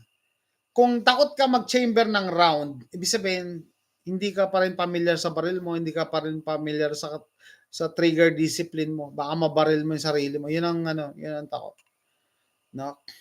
So majority ng baril ko modern firearms na, kaya wala akong problema sa Pero dati nung nagsisimula ako, 'di ba? Sabi ko sa inyo, nung nag-start ako mag-carry almost 15 years ago, 14 years ago. Minsan hindi ako nagki-carry, hindi pa ako sanay eh. Minsan magki-carry ako, minsan hindi. Minsan naka-chamber, minsan hindi. Tapos pag naka-chamber dati parang naiilang ako. Sabi ko baka mamaya napaparanoid ako na baka may masirang part yan, bigla na lang pumutok yung firing pin. Kasi wala pa akong alam nun sa mechanisms ng baril eh. Lalo na ngayon, 'di ba? Pinakita ko sa inyo how a Glock operates. Yung Glock, guys, kinopya na yan ng mga ibang polymer guns. Kinopya na yan ng Taurus, kinopya na yan ng Stoger. So majority ng mga striker fired ngayon naka-pattern sa Glock. So may firing pin safety yan, may trigger safety, may drop safety. Yeah, yung Taurus may drop safety rin eh. Yan yung mga modern, walang problema. So ang advice ko lang, dapat yung holster na gagamitin nyo, naka-cover yung trigger guard. No? Bakit? Baka kasi sumabit kung saan-saan. Yung tito ko, nabaril niya sarili niya. Nagulat kami lahat, pero ang tigas ng buto niya, right leg. Nabaril niya yung sarili niya. Ang hirap sa Pilipinas, yung mga tinuturo sa criminology. May mga kakulang. Oo nga, no? Totoo yan. Kahit hindi ako nag-criminology, pero pag nakikita ko yung mga videos ng mga criminology students, pinagtatawanan nga ng mga gun owners, I'm sorry to say. No? Kasi old school pa rin yung mga nagtuturo, no? Old school pa rin, lalo na sa gun handling. I don't know. Nung nandun nga ako sa Lucena, 2000, year 2000, Lucena Gun Club. May mga criminology students na pumunta sa gun club namin para manood ng shoot namin. Tapos kami na member ng gun club, nagturo kami sa mga bagong pulis ng shooting, basic shooting skills. Kasi alam niyo naman, pag sa gobyerno, limited ang bala, limited ang time. Kaya I'm sorry to say, hindi porkit police expert na sa pagbaril. Kasi syempre sabi ko limited yung bala eh. Unlike yung mga civilian sport shooter na sabihin natin. Regular kami pumuputok noon. Once a week talaga, every Thursday. Tapos pag may competition, weekend. Bugbog na bugbog kami sa putukan. Samantalang ibang pulis, pag required lang mag-practice, doon lang nagpa-practice. No? So with that guys, tatapusin ko na. 1 hour 43 minutes na to. Medyo nagda-dry na yung throat ko. Kita-kits tayo. Abangan nyo. Siguro Saturday, lunchtime sa Pilipinas. Magla-live stream ako. No? Bye! Yung SWAT sa San Pablo, nabaril niya yung kasama niya bago ako tapusin. Naglilinis ng baril, naka-trigger finger in. So it doesn't mean na police expert. Pero hindi naman lahat. No? Buti yan, may video pa. May nag-comment sa akin, bakit daw palagi yung police I can't help it. May mga video ngayon, lumalabas mga pulis ang nakakabaril. Si Nuesca, pulis. Tapos yung SWAT sa San Pablo, naglinis ng baril, naka-trigger finger in, binaril yung nasa harapan niya. Anong gagawin ko? Diba? Hindi mo pwedeng kontrahin yun. May video. Anyway, bye guys. See you next time. Magla-live stream ako siguro Saturday na, lunchtime sa Pilipinas. Mga 11 a.m. to 12. Bye!